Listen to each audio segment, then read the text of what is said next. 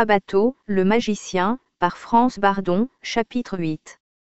En s'éveillant dans sa chambre d'hôtel, Frabato s'inquiéta de la tournure des événements auxquels l'histoire du monde se trouvait confrontée. L'humanité était incapable d'orienter ses pensées vers le bien et d'agir en conséquence. C'était là un fait nettement établi. Des persécutions à caractère politique, liées au meurtre et à la torture, se commettaient chaque jour et ne manqueraient pas de s'étendre en une véritable orgie de destruction. Il vit, grâce au développement de ses facultés psychiques, ce qui était en train de se dérouler sur le plan de l'Akasha, mais la stricte loi du silence ne l'autorisait pas à aborder ce type de problème en public. Il voyait que même son propre destin devait emprunter un parcours tragique et il ne lui était pas permis de l'influencer par ses pouvoirs magiques. En effet, la loi du karma doit être appliquée à tout ce qui vit dans l'univers. Il trouva quelque consolation à la pensée que la divine providence ne manquerait pas de l'assister dans ses épreuves. Il se savait protégé par les frères de lumière et leur aide devait lui permettre d'accomplir avec succès la mission qui lui avait été assignée sur cette terre. Pour échapper à ses idées moroses, il se livra, pendant quelques minutes, à une profonde méditation puis prit un bain et, peu de temps après, quitta l'hôtel, tout à fait dispos. Les habitants de cette métropole semblaient avoir comme devise, vitesse et mouvement, car ils s'adonnaient à un véritable tourbillon d'activité, dans toutes les artères de la ville. Frabato choisit un restaurant, situé dans une rue tranquille pour prendre son petit déjeuner. 3 hommes, installés à une table proche de la sienne, entretenaient une conversation animée. Contrairement à son habitude, il lisait un journal car il estimait de son devoir de s'informer des événements survenant dans son nouvel environnement. Il n'était pas pressé, n'ayant pas encore élaboré un plan d'avenir. Alors qu'il lisait, il entendit une partie de la conversation de ses voisins de table.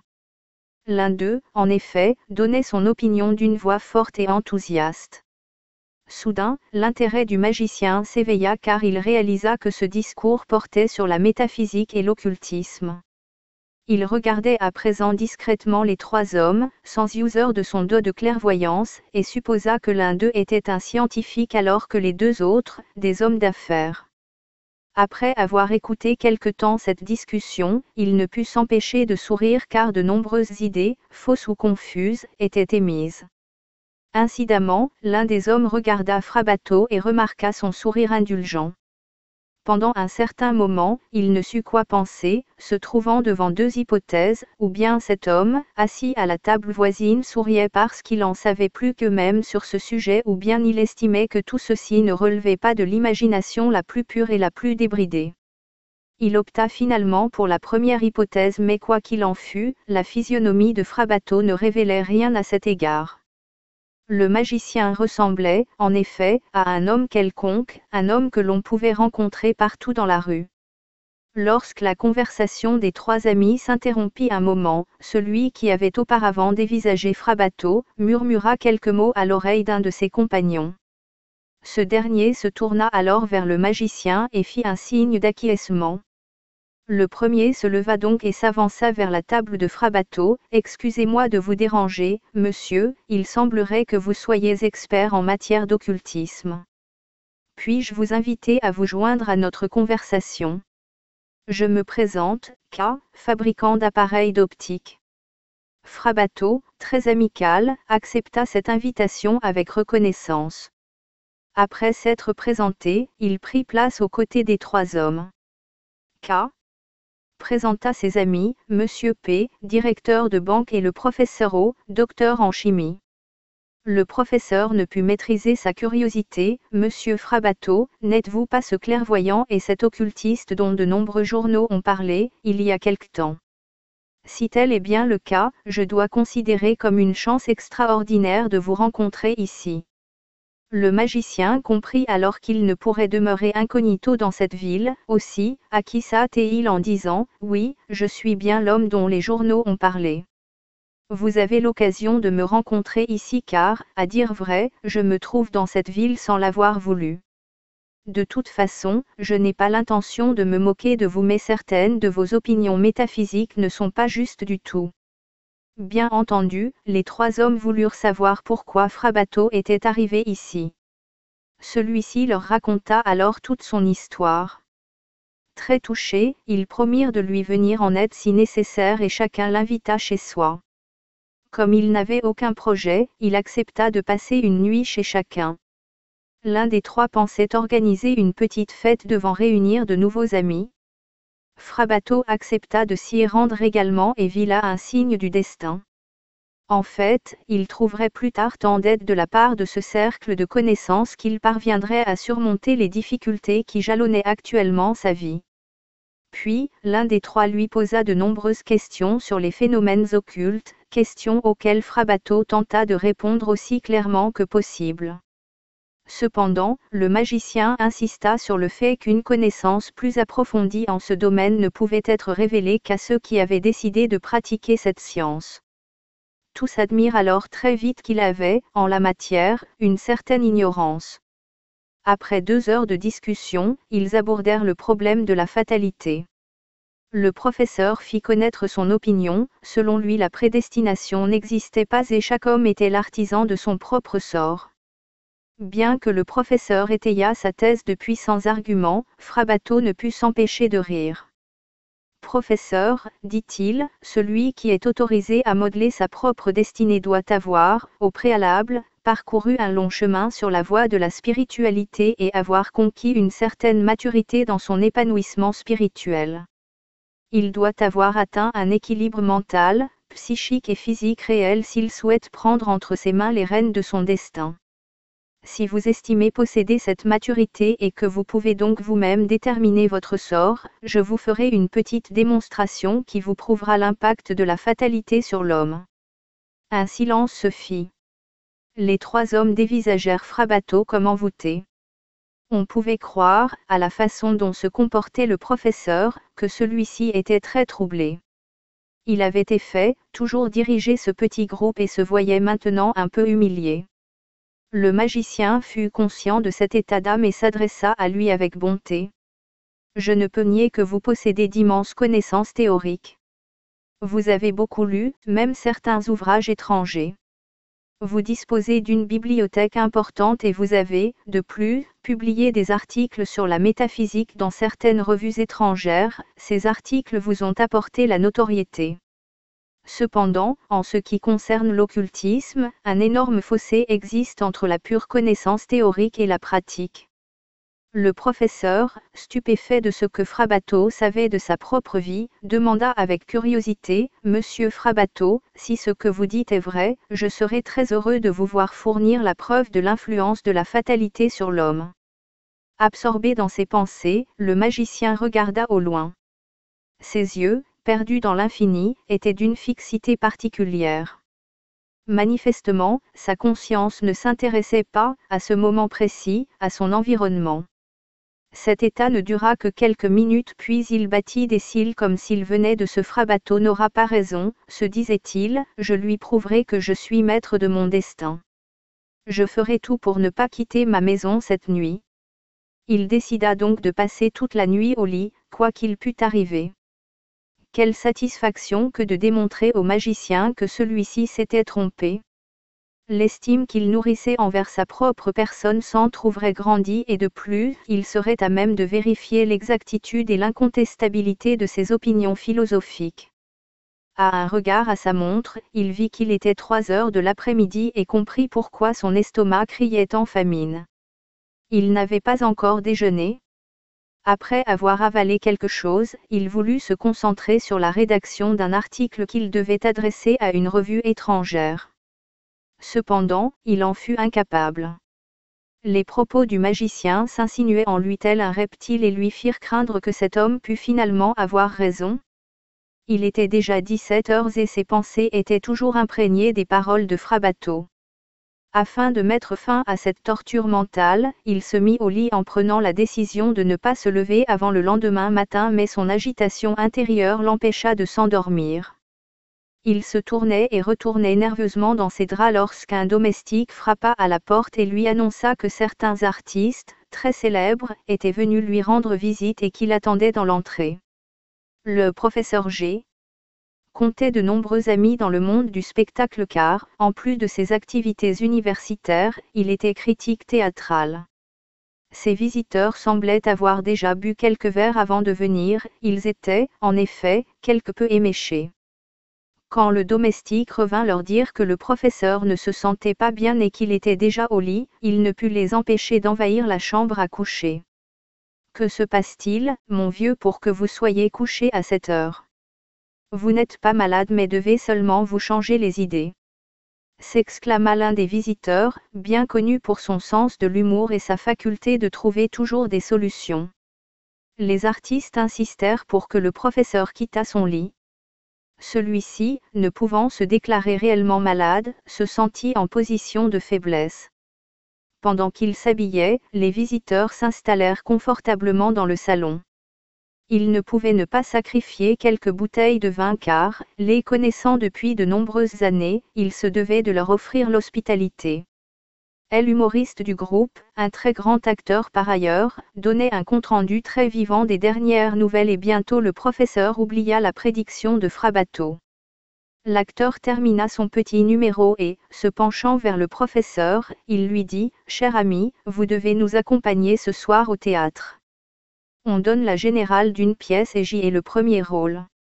En votre qualité de critique, vous ne pouvez manquer cela en aucun cas. » Déjà étourdi par 2 verres de vin, le professeur acquiesça de la tête, acceptant ainsi l'invitation.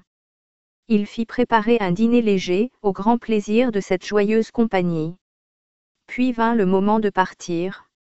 On appela 2 taxis pour les emmener au théâtre où le professeur G. bénéficiait d'une loge. La générale fut un grand succès. G. et ses amis attendirent l'acteur principal au foyer des artistes. Quand celui-ci arriva enfin, ils le félicitèrent tout chaleureusement et le professeur promit d'écrire une excellente critique. Quelques acteurs se joignirent à eux et tous se dirigèrent vers un cabaret pour célébrer le succès de la troupe. Comme une autre représentation était donnée le lendemain, la petite bande se sépara petit à petit vers 23h30. L'acteur principal prit congé de G. devant le cabaret en disant « Bonne nuit, mon vieux. Prenez un taxi, vous serez ainsi plus vite rentré chez vous. » On était, cependant, samedi soir. Les boîtes de nuit étaient bondées et aucun taxi ne se montrait alentour. G. avait un peu la gueule de bois et décida de prendre l'air en faisant une partie de son trajet à pied. L'artère principale de la ville était très encombrée, aussi marcha-t-il vers une rue adjacente qui paraissait moins fréquentée. Il en avait plus qu'assez de l'agitation de cette journée. Des fenêtres, à demi ouvertes, des cafés et des boîtes de nuit, des flots de musique lui parvenaient alors qu'il déambulait, complètement perdu dans ses pensées.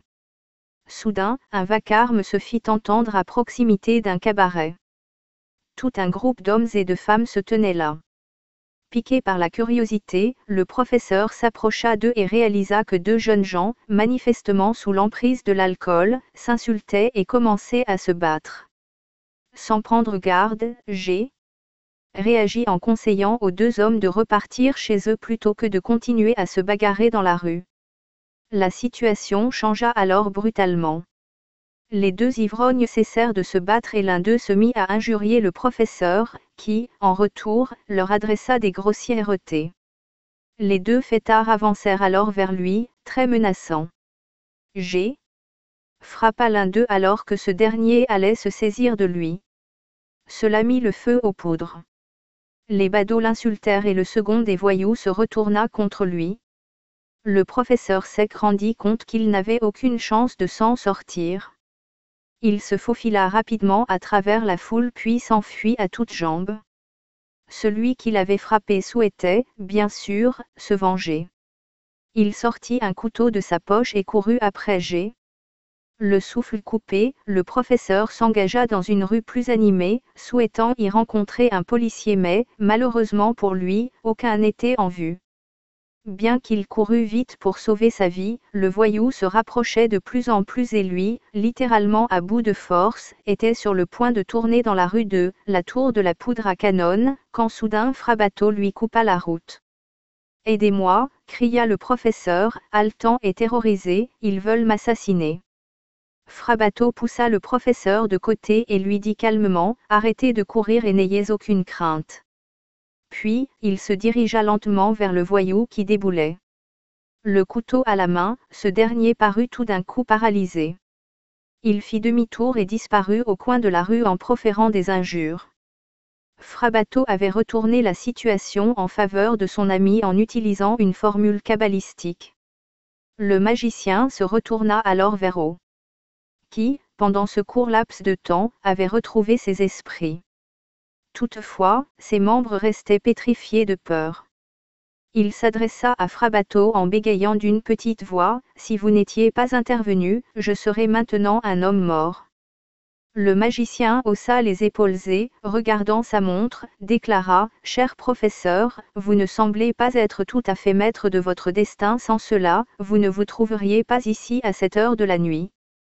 Les événements se sont déroulés exactement comme je l'avais prévu.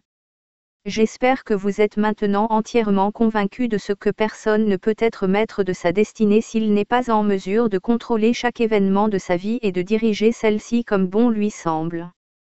Vous réalisez à présent qu'avant de pouvoir faire ceci on doit avoir acquis ce que l'on appelle l'équilibre magique. J'ai pris conscience de sa défaite et de la stupidité dont il avait fait preuve et il se blâma de son arrogance. Frabato le conduisit dans une rue plus fréquentée et l'invita à boire une tasse de thé ou de café afin de l'aider à recouvrir son calme.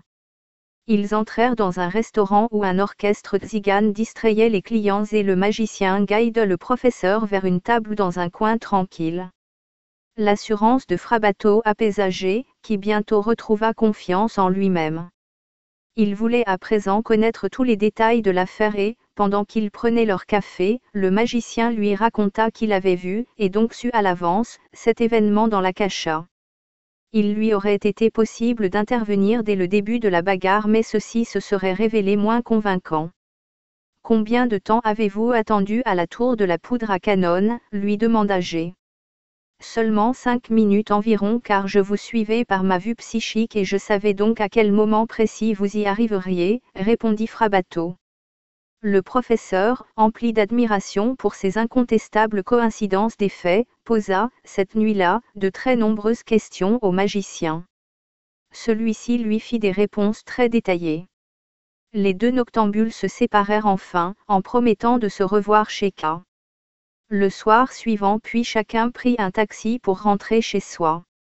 Le soir était arrivé et tous les préparatifs allaient bon train dans la villa de K, propriétaire d'une usine, en vue de la soirée qui devait s'y dérouler. Ses nombreux amis et relations tous intéressés par les sciences occultes y étaient déjà rassemblés. Beaucoup de ses invités connaissaient Frabato de réputation, ayant lu des articles le concernant et se montraient donc très impatients de le rencontrer personnellement. K avait téléphoné à G. Pendant la journée afin d'apprendre les événements de la nuit précédente et le professeur s'était montré peu loquace, promettant de donner de plus amples détails sur son histoire le soir même. Les invités arrivaient chez K. L'un après l'autre, en voiture et leur hôte étaient très heureux de constituer le centre d'intérêt des événements sociaux les plus importants, industriels, écrivains, artistes et journalistes étaient réunis chez lui. À 19h30, K. les accueillit et leur annonça que Frabato arriverait dans une demi-heure.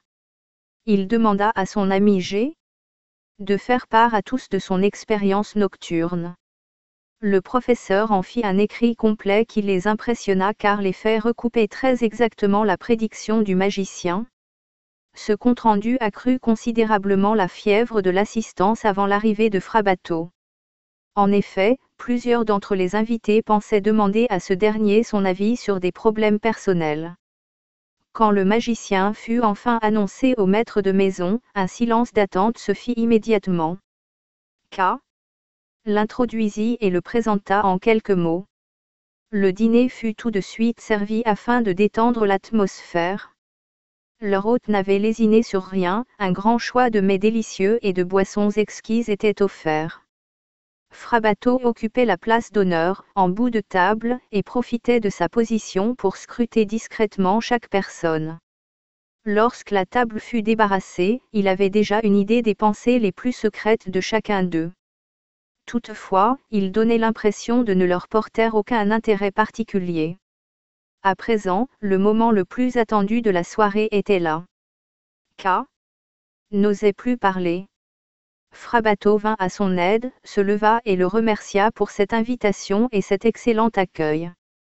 Il exprima ensuite son plaisir de voir tant d'amis de cette maison s'intéresser aux sciences occultes.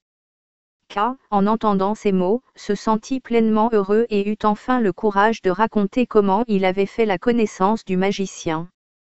Pendant la demi-heure suivante, une conversation à bâton rompu s'engagea et certains commencèrent à craindre de ne pouvoir échanger, durant toute la soirée, un seul mot avec ce personnage extraordinaire.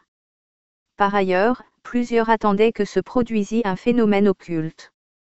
Frabato venait de se faire servir un café et, tout en faisant fondre un morceau de sucre, il déclara « Mesdames et messieurs, beaucoup d'entre vous ont déjà entendu parler de miroirs magiques et de boules de cristal.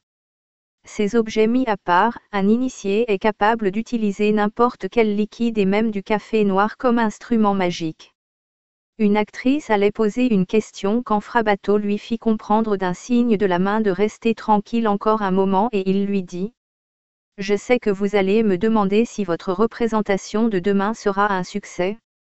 Vous y jouez, en effet, un nouveau rôle et avez commis quelques erreurs lors de la répétition générale. » À présent, il concentrait son regard sur sa tasse de café comme s'il lisait certains événements. En fait, cette surface sombre lui permettait de prédire l'avenir grâce à sa vue psychique. Vous pouvez être tout à fait rassuré, continua-t-il, ce sera un grand succès et vous serez très applaudi. L'actrice, très surprise, ne put dire mot, elle avait réalisé que Frabato pouvait lire ses pensées les plus secrètes. En tout état de cause, elle fut très heureuse de ce qu'elle venait d'entendre. Qu'aucun de vous ne me parle, poursuivit le magicien, je dirai à chacun ce qui le tracasse le plus. Puis, s'adressant avec sérieux à un homme d'affaires, vous êtes dans une passe difficile. En effet, le contrat que vous avez signé il y a 2 jours vous mettra sur la paille. Il était bien vrai que cet homme venait de signer un tel contrat. Malheureusement, ce que Frabato annonçait devait effectivement se produire un peu plus tard. Ainsi, le magicien raconta-t-il à chacun des invités ce qu'il allait leur advenir très prochainement. Quand il en eut terminé, une jeune femme fut sur le point de lui poser une question. À ce moment, Frabato mit son index sur sa bouche, faisant comprendre à tous qu'ils devaient demeurer dans un profond silence, ils le fixèrent et attendirent. Ce dernier regardait un coin de la pièce comme si un événement extraordinaire était en train de s'y trouver. Pendant quelques secondes, son visage perdit toute expression, puis, inspirant profondément et se tournant vers K, il dit « Cher ami, il ne fallait pas laisser votre plus jeune sœur seule, en haut, dans sa chambre. Vous lui avez parlé de moi aujourd'hui et elle se réjouissait à l'avance de pouvoir me parier elle aussi. Vous ne devez pas avoir honte de faire participer votre pauvre sœur à notre soirée car la maladie n'est pas une tare. » Je la vois pleurer amèrement. Ces quelques mots surprirent manifestement K. Et l'embarrassèrent fort. À contre-cœur, il admit qu'il n'avait pas du tout l'intention de mêler sa sœur souffrante à ses invités car l'ambiance de la soirée en eût été affectée. Cette raison seule l'avait poussé à prendre une telle décision. Il se déclara stupéfait que ce fait ne fût pas demeuré caché au magicien si personne ne s'y opposait, il ferait descendre sa sœur. Tout l'approuvèrent et 2 femmes se mirent à sa disposition pour aider l'handicapé à se vêtir. Puis K. monta chez sa sœur, accompagné des 2 bénévoles. Il la trouva belle et bien allongée sur le lit, les yeux pleins de larmes. Hélène, la sœur de K. avait été atteinte d'une hémorragie cérébrale 6 mois auparavant, et depuis, tout le côté droit de son corps était resté paralysé. Les meilleurs praticiens avaient tenté de la soigner mais aucun espoir de guérison n'était permis bien qu'elle ne fût âgée que de 23 ans. K. raconta à sa sœur ce qui venait de se passer et lui demanda de venir, pour le reste de la soirée, aux côtés de Frabato et des autres invités. Faisant état de son handicap, Hélène refusa d'abord de se joindre à eux. Toutefois, lorsque les deux femmes lui offrirent de l'aider, la curiosité de ce qui pourrait advenir l'emporta et elle accepta de descendre. Ayant quitté la chambre, les jeunes bénévoles commencèrent à l'habiller, puis elles entreprirent de la faire descendre, installée sur une chaise. Toutes les personnes présentes l'accueillirent alors très cordialement, et elle rayonna de plaisir lorsqu'elle se vit installée à la place d'honneur, à côté de Frabato. Afin de poursuivre l'animation de la soirée, le magicien recommença à parler et fit part de quelques aventures, très intéressantes, qui lui étaient arrivées lors de ses nombreux voyages. Les invités l'écoutèrent très attentivement mais souhaitèrent au fond d'eux-mêmes avoir une nouvelle preuve de ses pouvoirs occultes, aussi, étaient-ils sur l'expectative. Le magicien ne manqua de s'en rendre compte car les pensées de toutes ces personnes étaient pleinement révélées à ses yeux spirituels. Sans rien en montrer, il commençait à s'occuper du destin d'Helenka. Mentalement, il demande à la divine providence la permission de guérir cette jeune fille. Alors, comme issue d'une immense profondeur, la réponse parvint, au plus secret de son âme, tu peux l'aider. Guéris-la. Frabato interrompit son récit et alors que tous les yeux étaient tournés vers lui, il saisit les mains d'Hélène et la regarda fixement pendant quelques secondes. Celui-ci tomba immédiatement dans un profond sommeil. Un silence de mort régnait dans la pièce. 2 minutes après, elle commença à respirer profondément, battit convulsivement des paupières puis s'éveilla. Le magicien lui tenait toujours les mains et lui dit d'un ton très calme, « Vous êtes de nouveau en pleine santé. Comment vous sentez-vous » La jeune fille regarda, pleine de doute, son entourage puis, hésitante, elle leva son bras droit et remua les doigts. Elle souleva et étira sa jambe droite. Elle ne cherchait même pas à comprendre ce qui lui arrivait tellement elle était heureuse. Maintenant, vous pouvez à nouveau vous servir de vos 2 jambes, dit Frabato en souriant. Lorsqu'elle se mit debout, encore peu assurée de ses mouvements, le magicien lui prit le bras et l'accompagna alors qu'elle gravissait les premières marches de l'escalier. Elle partit ensuite seule, avec précaution, craignant de retomber dans son état antérieur. Avant même d'avoir parcouru seule quelques mètres sans l'aide de quiconque, elle fut convaincue de sa totale guérison. Des larmes de joie brillèrent dans ses yeux lorsque les invités la félicitèrent pour ce changement spectaculaire. Pendant que ces derniers partageaient le bonheur de la jeune fille, Frabato s'était retiré silencieusement au bar, de cette façon il put échapper aux marques de respect car il n'aimait pas être pris pour un saint. Beaucoup considéraient cette guérison avec vénération, alors que d'autres, à la pensée que le magicien détenait un tel pouvoir sur la santé et la maladie des êtres humains, étaient troublés. Alors Hélène rejoignit Frabato au bar. Elle lui tendit la main en lui disant « Je suis vraiment très très heureuse. Vous avez ramené la vie en moi et je ne sais, en réalité, comment vous remercier. » S'inclinant légèrement, Frabato lui prit la main et lui répondit « Ce fut une joie pour moi mais je n'étais que l'instrument. Vous devez remercier la divine providence qui a permis cette guérison. » Soulagée de l'accablant fardeau qu'est la maladie, Hélène se mêla à nouveau à la foule des invités. La soirée avait atteint son point culminant et les événements qui s'y étaient déroulés faisaient l'objet de conversations par petits groupes. Il était déjà minuit passé lorsque les invités prirent congé, les uns à la suite des autres. Après que le dernier eut quitté la maison, seuls K, sa sœur et Frabato y demeurèrent. K avait proposé au magicien de passer la nuit chez eux, et ce dernier avait accepté cette offre avec reconnaissance car il se sentait très fatigué. Quelques minutes après, le petit groupe se sépara et Frabato se retira dans la chambre d'amis. Les rayons du soleil avaient traversé les rideaux et parvenaient jusqu'au magicien. Peu de temps après cette lumière le réveilla. Il profita du confort de la salle de bain puis s'habilla. Sur le point de quitter sa chambre, il entendit frapper doucement à la porte. Ouvrant, il aperçut K.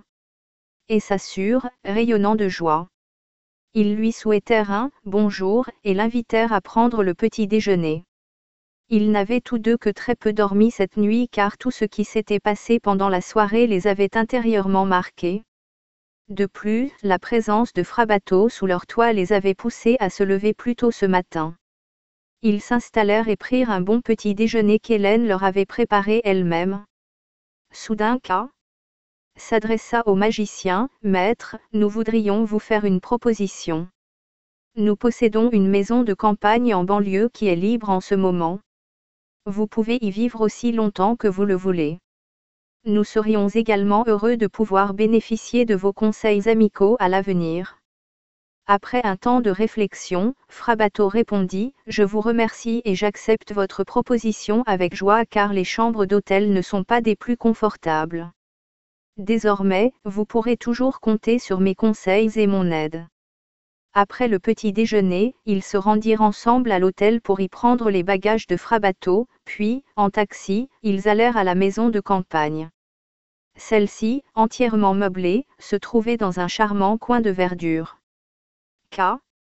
et s'assure, une fois assurés de ce que le magicien ne manquerait de rien, prirent congé de lui. Frabato était très heureux du cours que prenait sa vie. Il disposait maintenant d'une maison dans laquelle il pourrait travailler sans être aucunement dérangé. Il entretenait, à présent, des relations suivies avec certaines des personnes les plus influentes de la ville qui, sans aucun doute, seraient en mesure de l'aider financièrement. Tout bien considéré, le destin lui souriait.